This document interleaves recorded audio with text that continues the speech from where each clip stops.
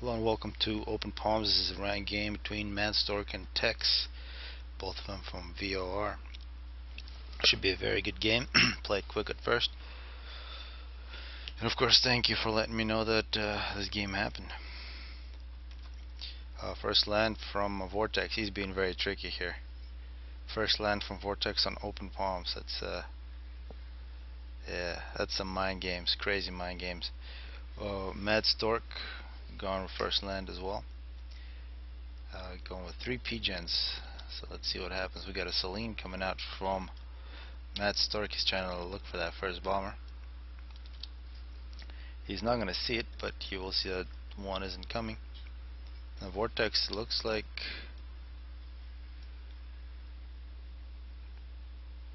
Vortex is going to the Hydro with the 2 engineers and the ACU.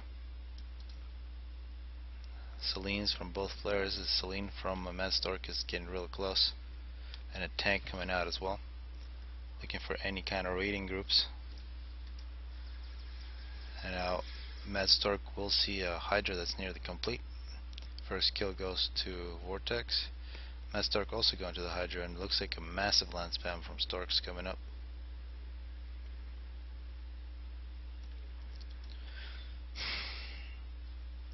And tanks going to either direction from Vortex. Not really clear. It looks like, yeah, second air with the bomber from Vortex. A couple more land factories, but it does look like it's second air as well from Madstork, and he's going to get the interceptor, so he's going to counter that bomber very nicely. And here we see both Celines die. The tanks go their ways, and this tank could be very nice for Vortex if it can get this engineer. Actually, multiple engineers. This engineer is going to get an escort from a tank, but it might be a little late. Yeah, it is going to be a little late. We got an air fight here coming up. A bomber now coming in from Vortex. Very similar situation from both players here. Looks like both players will pick off engineer. 2 tanks actually here from Madstork. This bomber, no kills yet.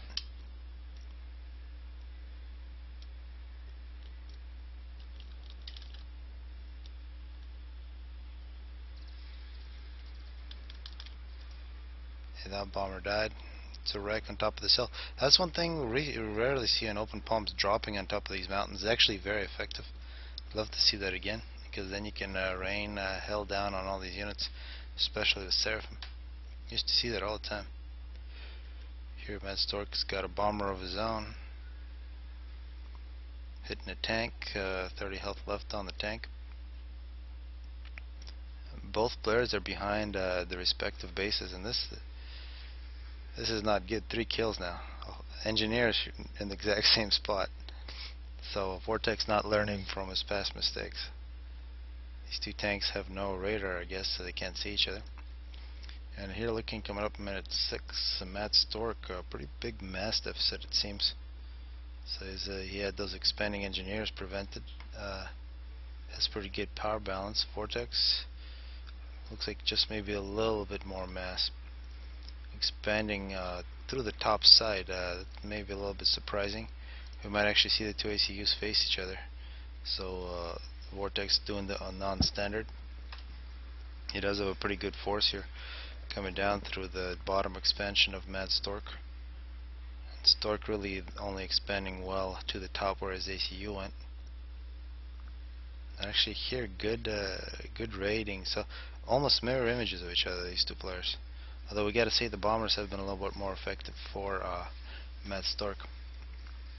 And once again, this tank should pick up a kill unless it forgets to kill that engineer. It should go back. Looks like the sides do belong though for Vortex. It's going to be a significant advantage. 6 max structures. Some RD battles that Madstork wins. And now let's see, the ACU just hanging out for Vortex. It's a little disappointing. This group of units should be able to take over the back. It looks like no more units behind Madstork's base. Should be able to secure it, and this is an important battle. Helping out with bombers, a nice dodge, but it looks like numbers for Madstork. And yeah, Madstork is going to take this one. It's going to be a lot of wreckage, and will allow his engineers to come in and reclaim. Here comes a drop, however, a whole bunch of artillery from Vortex. Pretty big air escort. There's a bomber here from Matt Stork with 3 kills. And now going down the middle for Vortex. Let's see what this drop pulls off. Right along the edge of the map, so that's all good.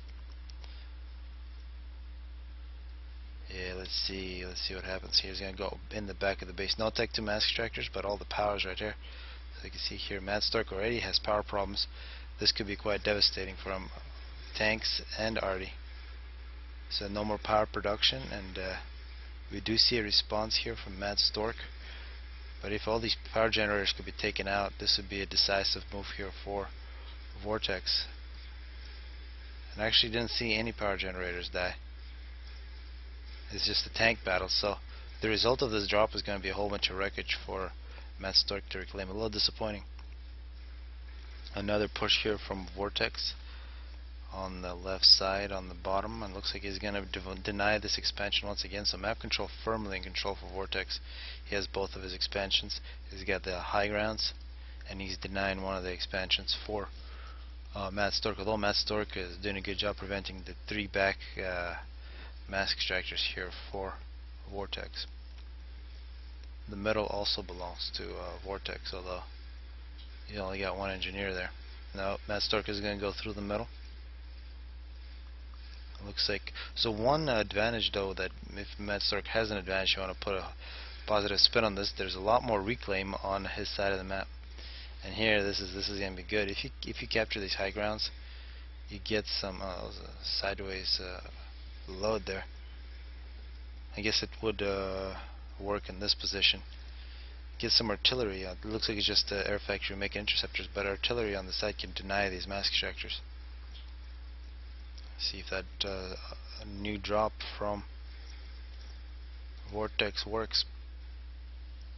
And it looks like there's a bunch of interceptors here. That's going to be a dead transport very soon. So Matt Stork with an engineer grabbing the mass. But there's at least 500, 600 mass just sitting there on the ground. And this is a superior force now for Matt Stork here. Minute 13, we got to see Tech 2 here coming up pretty soon. We do see some Tech 2 mask extractors, but either air or land, or perhaps some gun upgrades or something. So Matt Stork here, no upgrades, 7 kills. And a massive, yeah, air definitely belongs to Vortex. And another battle here on this expansion has been trouble for Matt Stork the entire game. It looks like Stork should have enough units here to defend. Stork not having any Tech 2 mask extractors yet. Don't see any Tech 2, pretty big air spam. But he did have some power problems. He just has enough, sitting at about 600. Vortex at about 1,000. So that's significant advantage, although he is trying to use a little too much, which will have an effect on his mass. He's reclaimed a total of 5,000. Stork at 5,700, so that's an extra 700 that is reclaimed. Actually going on an attack here up on top into the expansion, although he's gonna run right into Stork's commander who just got the gun. So a lot of bad luck there from Matt Stork. He's gonna feed this ACU, although that's a lot of units. If this ACU didn't have the gun, this could be very bad for Vortex. Although here comes actually Vortex bringing in units on transports. 23 kills for Vortex. That's going to be a huge victory for Vortex. It would be nice to see a simultaneous attack here from Matt Stork on the other side, and he's going to do it. It's nice to see Vortex not panicking, not taking all the units to one side. And it's easy not to panic when you just get the gun and you're just facing Tech 1 tanks. Looks like some tanks got through, and they can do some serious damage, although point defense could be finished here before the tanks get there, so that's going to be good defense. Map control evening out, although these high grounds is still going to be a big difference. Of course, a whole bunch of dead units and 6 or 8 mask extractors have been destroyed, and this is some good bombing against this force that's getting surrounded. Matt Stork needs to retreat, otherwise his units are going to die.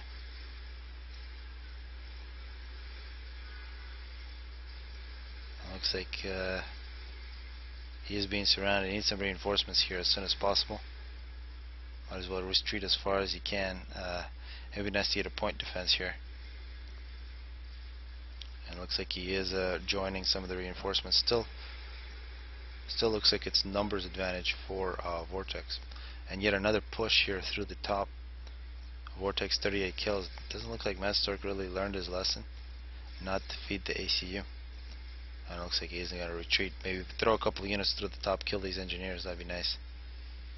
And still air control firmly in Stork's or Vortex hands. We do see now Tech 2 land with a whole bunch of engineers guarding the factory. So Ilshevus getting on the field, and they're going to really turn the battle. We got to start seeing Tech 2 land from Vortex as well. He does have multiple Tech 2 mask extractors, but here coming up minute 20, not having Tech 2 or Tech 2 air is really not that, it's kind of dangerous. There's a bunch of arty that's been dropped off perhaps, and yet another drop coming in from Vortex. So Vortex trying to exploit his air supremacy, but this is not going to work. Runs into a whole bunch of interceptors. And a massive force got past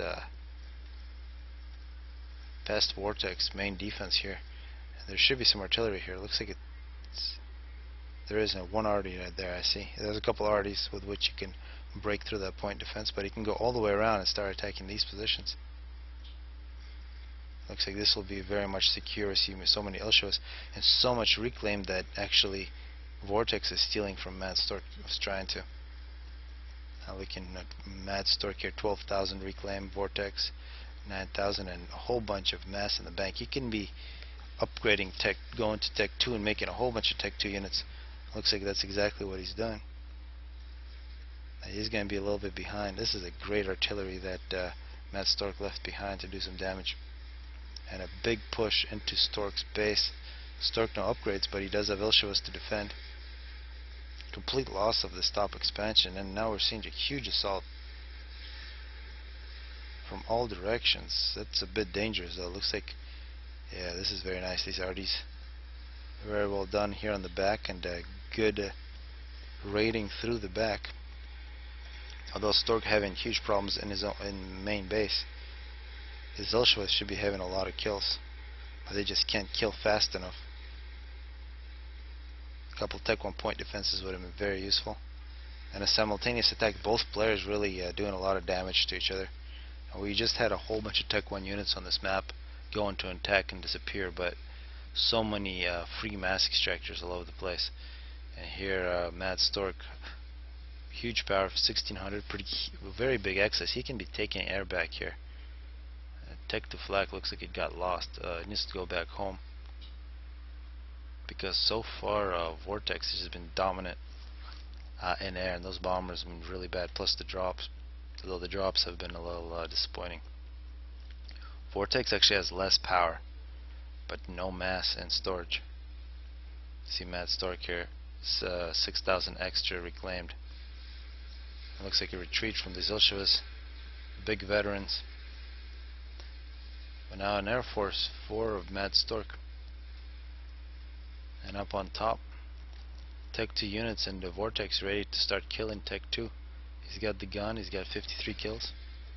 Not a place you want to attack with Tech 2, but a really good way to feed an ACU. And this has been really non-stop attacking from different fronts from both players. Big problems here as well. I think Mad Stork has had to rebuild these mass extractors multiple times, and he'll have to do it again. And this capturing the top actually has he's going to have 3 mass extractors here, 3 Tech 2 very soon. Having this arty, it can reach some of these mass extractors. And of course feeding the ACU is never a good idea. See that overcharge? So on both sides, Mad Stork having problems. One thing to note, much better ACU for Vortex in this one. Mad Stork really no upgrades, sitting on 33 kills, did a little bit of killing.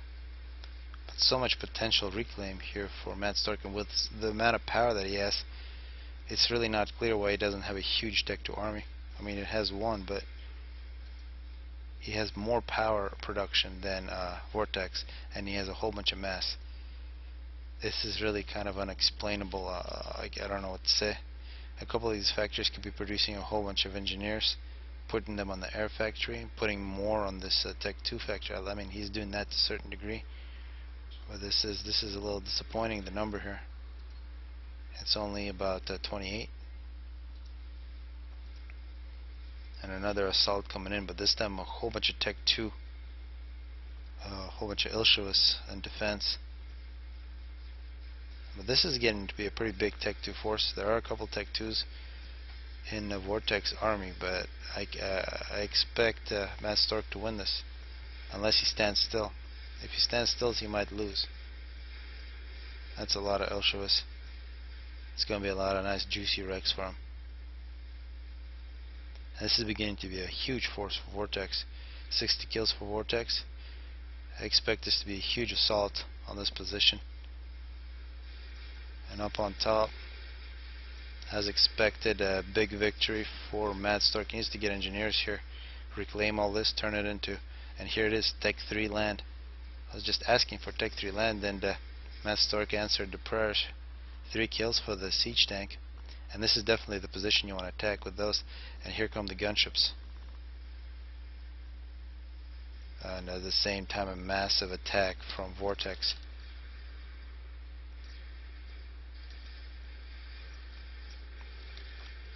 Yeah, Matt Stork is actually in this position making Tech 1 point defenses, while gunships are targeting the Ilshevas. We do see a shield coming in, a couple of Tech 2 flags that have really helped. Really, all these elite units getting killed for no reason. Not really sure what happened there. Matt Stork losing his position. He's in danger. He's sending a couple Tech 3 tanks, however, and these will win the battle for him. But once again, Vortex just swarming in all directions. Where is the flak? That's the question. Instead of all those shields, a couple flags. Looks like he has finally switched to shields or to flak. And also no point defenses in his main base. And that's kind of really the overall lack of engineers from Matt Stork. More engineers everywhere. Now he's losing quite a few of them. And perhaps he doesn't have that many engineers because he did get attacked so many times. And engineers are the first things to die. Although it didn't look like he had factories producing engineers. Or just engineers in the back. Make a whole bunch of land factories here and turn them into engineering making factories. So it looks like a victory up on top for Matt Stork. Matt Stork's standing in a field of a whole bunch of dead units. But really now Tech 3 land for Vortex. So Vortex operating Tech 3 land and Tech 2 air and the gunships plus drops. See Matt Stork having all kinds of problems. We haven't really seen an attack from Matt Stork in the last couple of minutes. And actually he's beginning to lose his Tech 2 power. This is devastating. And really doesn't make sense how the gunships can be so effective against the player who has had Tech 2 land for like the last 10 minutes at least. It does not make sense. Tech 2 point defenses. And this army isn't being microed. Oh, this shield has been excellent.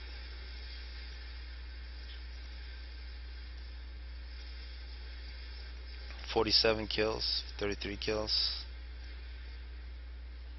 I can imagine Stork's eco is much worse now. He's still got 800 power, but he used to have double that. Vortex 1800, 23,000 reclaimed, plus about 145.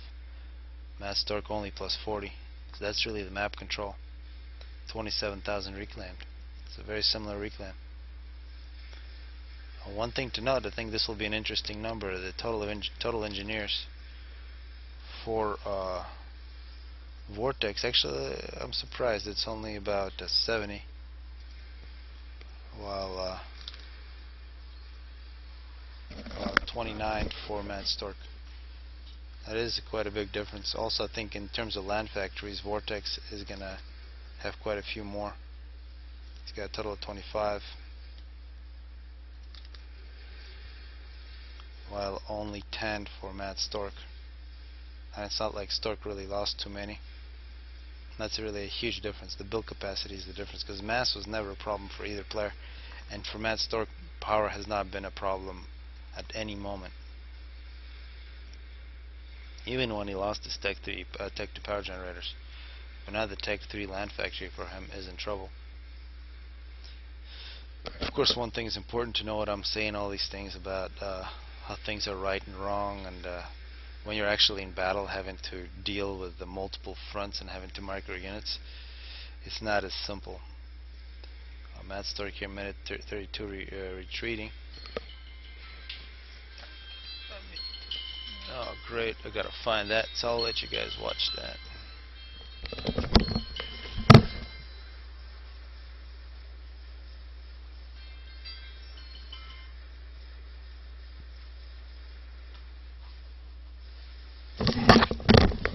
Alright, so Stork here in the process of losing. He's got to do something crazy in order to really salvage this. This type of base looks like a chicken now being constructed by Vortex, and that's going to be the end.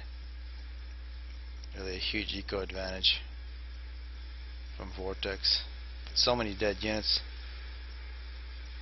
and surprisingly how effective the Tech 2 gunships were. All those things that shouldn't really have worked for Vortex. Still a massive Tech 3 force. 84 kills in this tank. 10,000 health.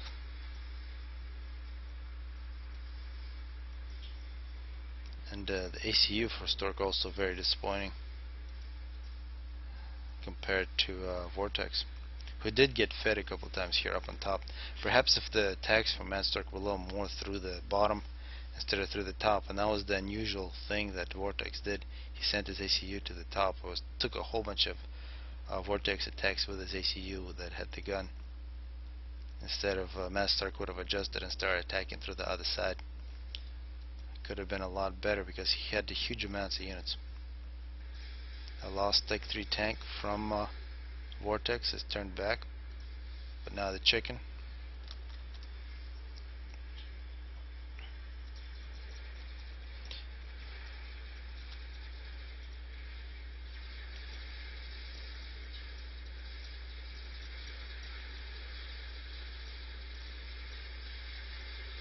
Not really sure what they were thinking when they designed it, but it's definitely a unit that is feared in Supreme Commander Forged Alliance.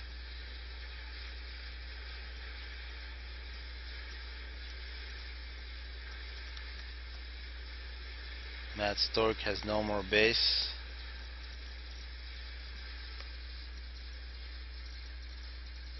And there goes Stork. A very nice open palms between the two Vor players.